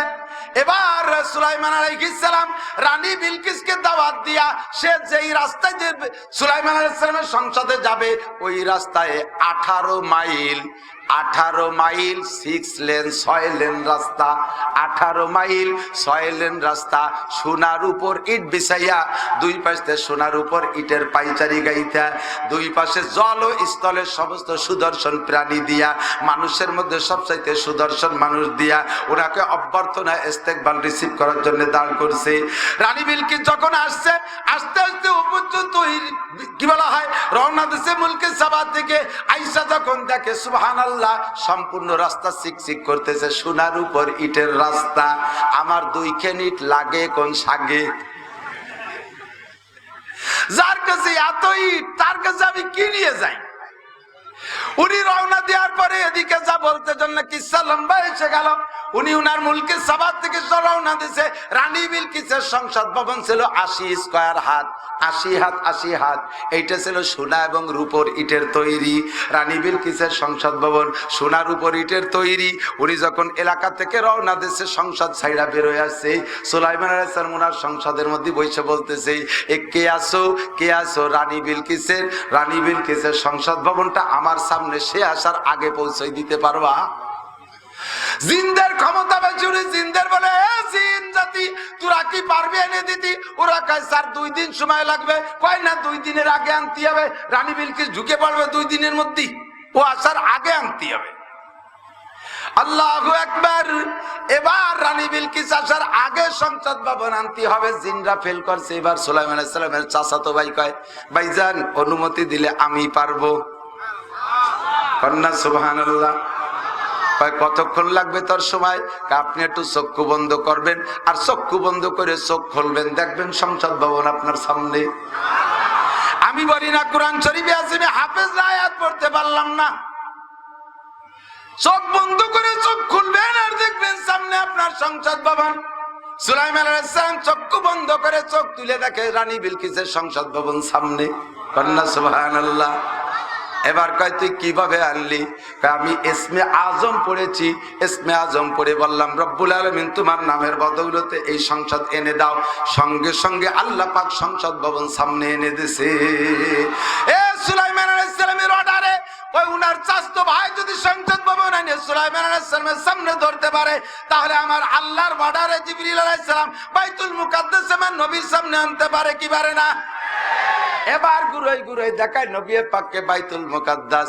নবী কয়, চাচা যান তুমি একটু খাতা ধরে লেখো, কোন পাশে কি আছে আমি এটা টাইরে কই।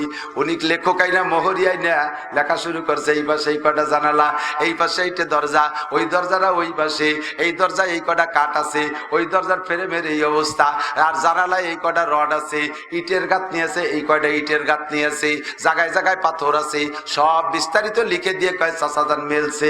কয় বাবা এত তাড়াতাড়ি রেজাল্ট দেবো না, রেজাল্ট দেবো 2 মাস পরে। এমন দেবে না? কয় দেবেন না কেন? কয় এই খাতা নিয়ে বাইতুল মুকাদ্দাসে মিলাবো। বাইতুল মুকাদ্দাস যাইতে লাগে 1 মাস আর আসতে লাগে 1 মাস, আর তুমি রাতারাই যে জায়গায় বসে বলে দিলা সত্য না মিথ্যা মুখস্থ বললেই মানবো না। সাংবাদিক পাঠায় দেশে 10 জনের এক দল বাইতুল মুকাদ্দাস ওই খাতা মিলানোর জন্য।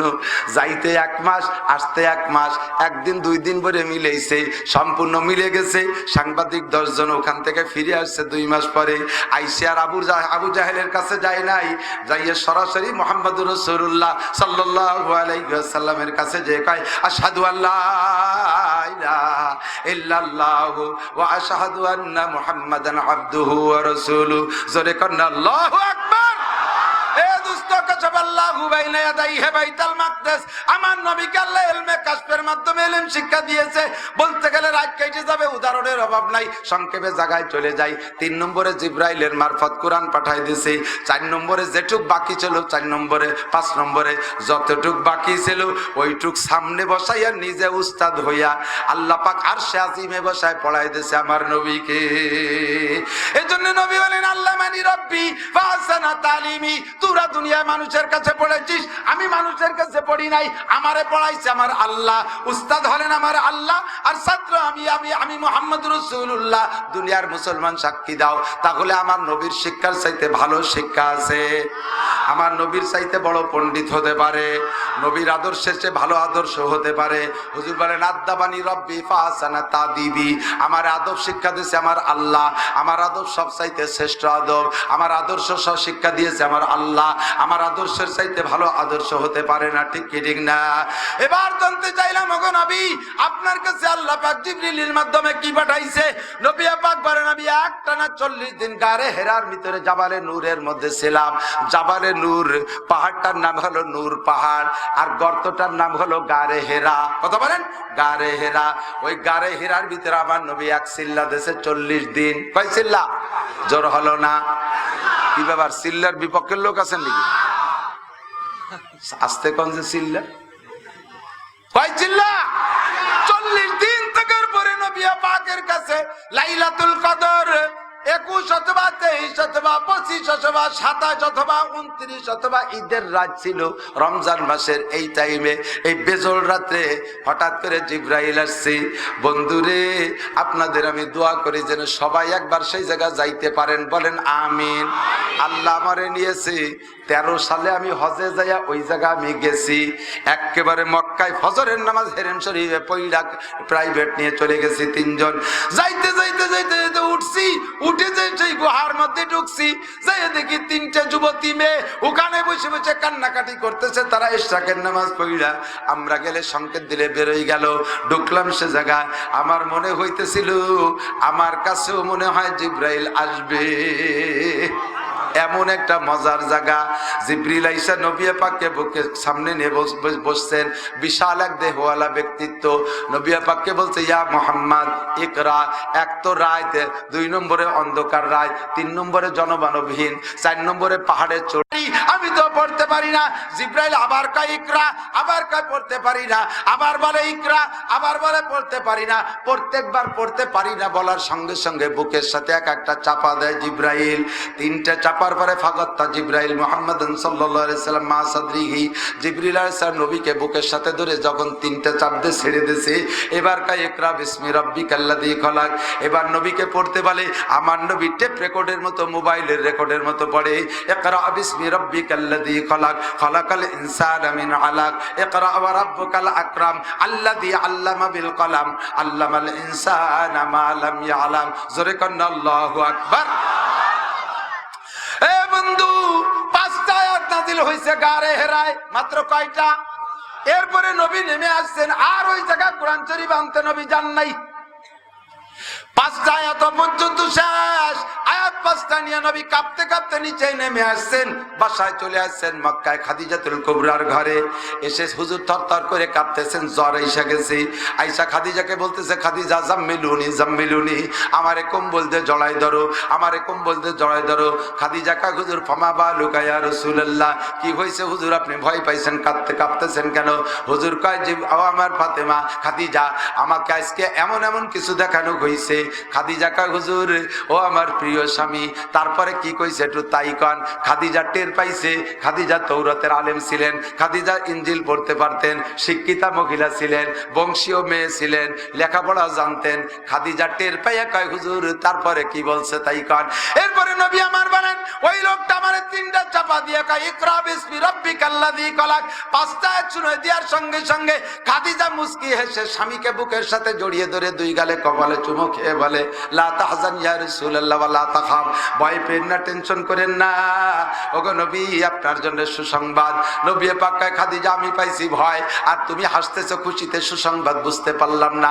জি খাদিজা বলতেছেন, হুজুর আপনি তৌরাত ইনজিল পড়েন নাই, আমি তৌরাত আর ইনজিলের মধ্যে পড়েছি। শেষ নবীর যে আলামত আমি ছোটবেলা থেকে আপনাকে উপলব্ধি করে আসছি, বারবার দেখতেছি, সমস্ত আলামত এতদিন পর্যন্ত আমি অনুভব করেছি, আপনার মধ্যে পেয়েছি। আমি অপেক্ষায় ছিলাম হয়তোবা কোনো একদিন আপনি এমন করে নবুয়তি পাইবেন, আমি সেই আশায় ছিলাম। আজকে কোনো ভয় নাই। যেই লোকটা আপনার সাথে বুকে চাপা দিয়েছে উনি জিন পরি দাও দানব ভূত প্রেত কিছুই নয়, ইন্নাহু জিবরিল আলাইহিস সালাম, উনি হবেন জিবরিল আলাইহিস সালাম। কন্যা সুবহানাল্লাহ। যে 5টা কথা আপনারা শিখাইছে, তৌরাত ইনজিল জবুর ফুরকান জবুর, কোনো তার সাথে মেলে না, দুনিয়ার কোনো বই পুস্তকের সাথে মেলে না।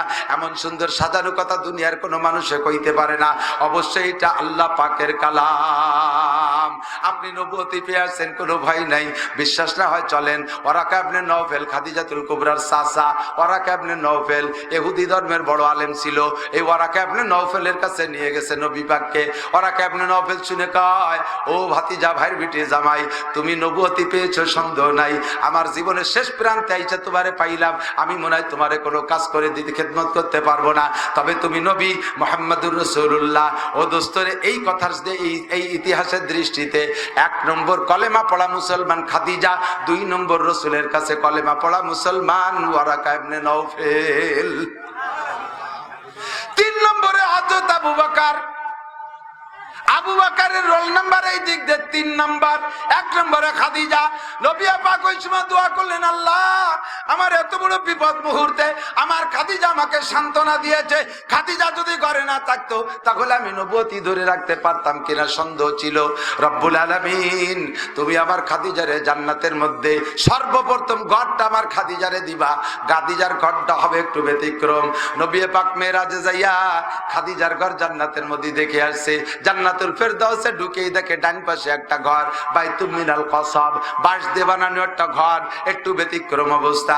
জিবরাইলকে নবী বলেন, আইয়ুশাইন হাজা, এইটা কি জিনিস? খাদিজা কয় হাজা, জিবরাইল কয় হাজা বাইতু খাদিজা, হাজা বাইতু খাদিজাতিক, এই ঘরটা হলো আপনার খাদিজার ঘর। জোরে কন্যা সুবহানাল্লাহ। জিবরাইলকে বলে এইটা কি জান্নাতের ঘর? হ্যাঁ জান্নাতের ঘর। কয় বাঁশ দিয়ে বানানো, যে শুনছি যে সোনার উপর ইটের হবে জান্নাতের বিল্ডিং। কয় যে এটা হাজারো লাখো কোটি সোনার উপর বিল্ডিং এর চাইতে দামি, এটা আপনার খাদিজার ঘর। গেটে লেখা আছে খাদিজাতিক, আপনার খাদিজার ঘর। হুজুর জিবরাইলকে বললেন, জিবরাইল আমি কি একটু ভিতরে ঘুরিয়ে দেখে আসতে পারি? কয় হ্যাঁ তা পারেন। সব কিছু দেখে আসছে। এরপরে যে 2 নম্বর ঘর হযরত ওমরের দেখলেন, 2 নম্বর ঘর ওমরের। কিসা লম্বা দোস্ত, জান্নাত থেকে আইসা হুজুরে পাক সাল্লাল্লাহু আলাইহি ওয়াসাল্লাম হযরত খাদিজাকে বলছেন, খাদিজা জান্নাতের মধ্যে তোমার 1 নম্বর ঘর দেখে আসছি, কারণ তুমি 1 নম্বর মুসলমান, তুমি 1 নম্বর প্রথম মুসলমান, আমার এই ইসলামের সহযোগিতা করেছো, তাই তোমার ঘর 1 নম্বর।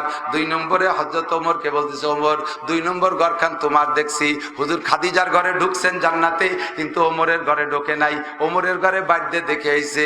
আসার পরে যখন হযরত ওমরকে বলছে, ওমর আমি তোমার ঘর জান্নাতের মধ্যে দেখে আসছি, তো ওমর কইতেছে, হুজুর একটু ভিতরে যে দেখে আসছেন ফার্নিচারটা ঠিকঠাক মতো আছে নাকি, ভিতরে কি কি আছে হুজুর একটু খন দি।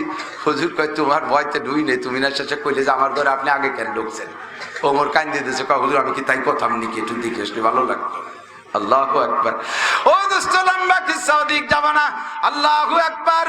আমার নবী গারে হেরা থেকে কোরআন নিয়ে আসছে। পাহাড়ের নাম জাবালে নূর। বলেন কি পাহাড়? ওই সূরা কি বলা হয়, সূরা ইকরা বিসমি রাব্বিকাল্লাযী আলাক, সূরার নাম হলো আলাক। এই আলাক সূরার 5টা আয়াত নাজিল হইছে গারে হেরা জাবালে নূরে। 5টা আয়াত কিন্তু মুখস্থ করে নাই। পাথরে কি কোরআন মুখস্থ করতে পারে নাকি? পাহাড়ের সূরা মুখস্থ করতে পারে নাই। কিন্তু এই জায়গায় সূরা 5টা আয়াত নাজিল হওয়ার কারণে জাবালে নূরের এত দাম।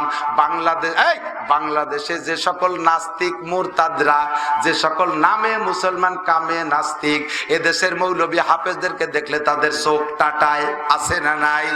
তারাও নামে হাজি হওয়ার জন্য সে জায়গা যায়, যাইয়ে সেই জাবালে নূরে ওঠে, সেই গারে হেরারে সম্মান করে। ওই জায়গাটা তারা দেখতে যায়, জাবালে নূরকে সম্মান করে। এ গোপাল বুড়া, 5টা আয়াত নাযিল হইছে মাত্র গারে হেরায় জাবালে নূরে। ওই পাহাড়ে 5টা আয়াত মুখস্থ করে রাখে নাই। সেই পাহাড়কে যদি এত সম্মান করো, একজন হাফেজের সিরার মধ্যে 30 পারা কোরআন শরীফ ঢুকছে, সে 30 পারা কোরআনের হাফেজ, তাহলে তারে তুমি কেন গালি দাও? তারে সম্মান করতে হইবে গারে হেরার চাইতে লক্ষ কোটি গুণ বেশি। ঠিক কি ঠিক না? মক্কার কোনো দাম নাই। মক্কার মাঠে ধান পাট কিছু হয় না, কোনো ফসল হয় না, একটা বুনো কচু হয় না। সেই মক্কার এত দাম, কারণ মক্কায় কোরআন নাজিল হইছে। গারে হেরার এত দাম, গারে হেরায় কোরআন নাজিল হইছে। মদিনার এত দাম, মদিনায় কোরআন নাজিল হইছে। কথা বলেন ঠিক কি ঠিক না? ও দোস্তরে, দুনিয়ায় কত ফার্নিচার আছে, যেই হাজার হাজার লাখ লাখ টাকার ফার্নিচার, ওই ফার্নিচারের লাথি লাগলে চুমো দেওয়া লাগে না। মাত্র 15-20 টাকা দামের রেহাল কাঠ, আম কাঠের পল দিয়ে বানাইছে, ওইটা হাতেতে পড়ে গেলে চুমো খাওয়া লাগে, কারণ ওর সাথে লাগছে কোরআনের ছোঁয়া। কথা কন ঠিক কি ঠিক না? সারাটা বছর 365 রাত, কোনো রাতের অত দাম না। যেই রাতের গায়ে কোরআন শরীফ ছোঁয়া লাগছে, লাইলাতুল কদর 1000 মাসের চাইতে দামি হয়ে গেছে। এরে বলা হয় শরফুল মাকানে বিল মাকিন, অবস্থানকারীর কারণে অবস্থানের দাম। ঠিক কি ঠিক না? এই যে বোতল আছে 4টি আছে জায়গা মতো, আমার উদাহরণে মিলে গেছে। আমি 4 বোতলের উদাহরণ দিই। 4টে খালি বোতলের দাম 4 টাকা, 1 টাকা 1 টাকা করে বোতলের দাম। এক বোতলের মধ্যে আধা লিটার পানি ঢুকাইছেন, দাম হইছে 15 টাকা। ঠিক না? আর একটা বোতলের মধ্যে আধা লিটার কেরোসিন ঢুকাইছেন, দাম হইছে 40 টাকা। এই বেশ কম করতেছে কিসে? বোতলে না মালে? কিসে? মালে। এবার 3 নম্বর বোতলের মধ্যে ঢুকাইছেন আধা কেজি ঘি, ঘির কেজি 1600 টাকা, বোতলের দাম হয়ে গেছে এবার 800 টাকা। মূল বোতলের দাম কত? 1 টাকা। মালের পরিবর্তনের কারণে এবার বোতলের দাম হয়ে গেছে 800 টাকা। ঠিক কি ঠিক না? 4 নম্বর যে বোতলটা রয়েছে ওইটার মধ্যে পেশাব করে ভরে ফেলাইছে। ওর দাম কয় টাকা আছে? 1 টাকাও নাই। যে টাকা ওর মূল দাম ছিল তাও বাতিল হয়ে গেছে। ঠিক কি ঠিক না? এর কয় শরফুল মাকানে বিল মাকিন। সাধারণ মুসলমান যাদের মধ্যে কলেমা ঢুকছে, আপনারা প্রথম বোতল, আপনাদের বোতলের দাম 15 টাকা। 2 নম্বর বোতলটার মধ্যে ঢুকছে IA BMA BCS doctor engineer দুনিয়ার সার্টিফিকেট, ওইটার দাম 40 টাকা। 3 নম্বর বোতলের মধ্যে ঢুকছে আল্লাহর কোরআন, হাফেজ মাওলানা মুফতি মুহাদ্দিস, স্বীকার করবেন না করবেন আমি জানি না, ওই বোতলের দাম 800 টাকা। ওইটার মধ্যে ঘি ঢুকছে কতক্ষণ? এই ঘি যদি চেয়ারম্যানের সিনায় ঢোকে তাহলে চেয়ারম্যান 800 টাকা দামের চেয়ারম্যান। দুনিয়ার দিক দিয়ে না আখেরাতের দিক দিয়ে 800 টাকা দামের ঘির বোতল। ঠিক কি ঠিক না? ওই কাজী ফিরোজ রশিদের সিনার মধ্যে কোরআন ঢুকছে, ওইটা অন্য সব মন্ত্রীদের দাম। ওই 40 টাকার মন্ত্রী 40 টাকার বোতল। আর কাজী ফিরোজ রশিদ সহ যত এমপিদের সিনার মধ্যে কোরআন শরীফ আছে, আল্লাহর দ্বীনের মোহাব্বত আছে, ওই বোতলের দাম 800 টাকা। ঠিক কি ঠিক না? আর 4 নম্বর যে বোতলটা আছে ওইটা ইসলাম ছাড়া অন্য যত ধর্ম আছে সেইগুলো ঢুকছে 4 নম্বর বোতলে। এবার ওইটার দাম কি আর নাম কি তার প্রতি যাচ্ছি নতুন কইরা ভালো করে বুঝে নেবেন। আপনাদের বোতল 3 ভাগে ভাগ। 1 নম্বরে সাধারণ মুসলমান 15 টাকার বোতল।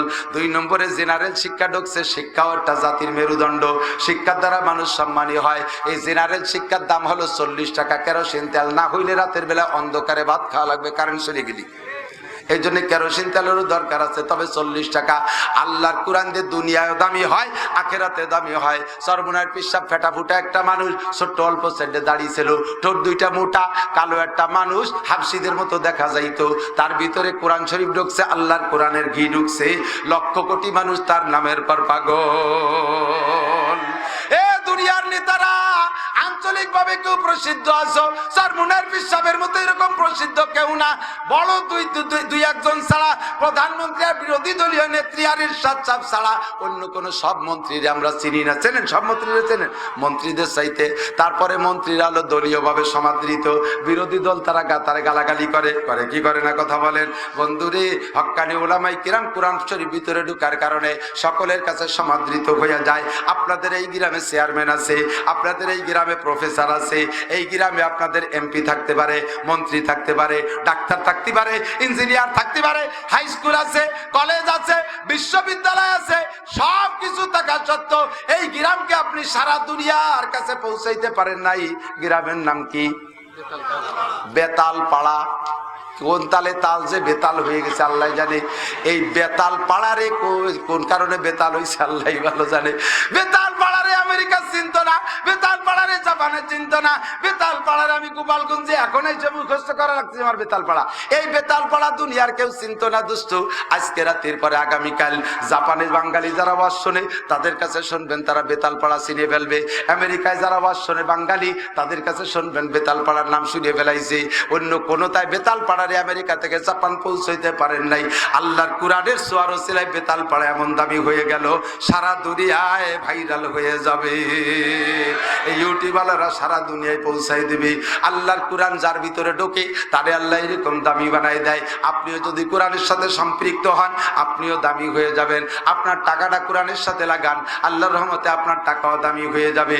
ও বন্ধুরে, এই গ্রামে সব প্রতিষ্ঠান আছে, এই মাদ্রাসাটার দরকার আছে না নাই? আছে, আছে। কোরআনের মাদ্রাসা থাকলে মদিনার থেকে নূর আসে, আরশে আজিম থেকে নূর পড়ে। কোরআনের হাফেজদের তিলাওয়াতের ওসিলায় আযাব, গজর, সিডার, সুনামি, টন্ডের, নার্গিস, আইলা, বুলবুল, ফানি, আমপান নিঃশেষ শেষ হয়ে যাবে, তবু কোয়া শেষ হবে না। এত কিছু আসবে। যেই গ্রামে কোরআনের মাদ্রাসা আছে, যে ইউনিয়নে কোরআনের তেলাওয়াত হয়, আমি ইনশাআল্লাহ আল্লাহর পর ভরসা রেখে বলতে পারি এই তেলাওয়াতের ওসিলায় সমস্ত মহামারী দূরে সরে যাবে। বিশ্বাস হয়? বাংলাদেশের মতো দেশের থেকে করোনা এই পরিমাণ মারতে পারলো না কেন? এই দেশে হাজার হাজার লক্ষ লক্ষ হাফেজদের বসবাস, বিশ্ববিখ্যাত হাফেজ, বিশ্ববিখ্যাত আলেমের দেশ বাংলাদেশ, ঠিক কি ঠিক না? এদের দুয়ায় আল্লাহ তাআলা বাঁচাইছে। তো এখন যদি কেউ উঠে হাঁটা দেন, তাহলে বুঝবো যে ওই লোকটা ভাব বুঝে ফেলাইছে যে হুজুর কিছু কালেকশন করবে, এখন আর রওয়া যাবে না, চলো যাই বাড়ি। তাহলে বুঝবো যে আপনি মাদ্রাসার বিপক্ষের লোক। একান্ত যদি পেশাবাসে এক আঙ্গুল উঁচু করবেন, আমি বুঝবো যে 1000 ইট দেবেন মাদ্রাসায়, তাহলে তারা ছুটি দেবে। 1000 ইট দিয়ে আপনি 10 বার পেশাব করে শুয়ে থাকেন পেশাবখানার মধ্যে, আমি ফিরে ভর্তা হবো না। আর যদি চলে যান, তাহলে ফাঁকি দিয়ে যে আমি পেশাব করতে যাচ্ছি, টাটুও না দিয়ে যে ফাঁকি দিয়ে চলে যান, তাহলে কিন্তু ডায়াবেটিস হতে পারে। আল্লাহ সুস্থ রাখুক না। আমি কালেকশন পারি না, কালেকশন করি না, কালেকশন করবো না। 1-1.5 ঘন্টা ওয়াজ করছি, কালেকশন করতে গেলে কিচ্ছু মনে থাকে না। আমি ওয়াজ করতে আসি, আমি কালেক্টর বক্তা না। ওই জায়গা সেদিনকে ওরা জোর করে একটু কোন জায়গা যেন কলো, সেইটার সূত্র ধরে এই মৌলবীরা ধরছে। সামনের থেকে যদি কোনো জায়গা কালেকশনের কথা আমার কানে দিয়ে হয়, আমি ওয়াজই করবো না, আমি এটি চলে যাব। আমি কালেকশন পারি না, আমি কালেকশন পারি না। বাকি এই মাদ্রাসার জন্য আসেন কোন আল্লাহর বান্দা, মাত্র 5 মিনিট কথা বলবো। আমার টাইম থেকে 7 মিনিট বেশি হয়ে গেছে, তাড়াতাড়ি বলতে হবে। থাকলি কোন আল্লাহর বান্দা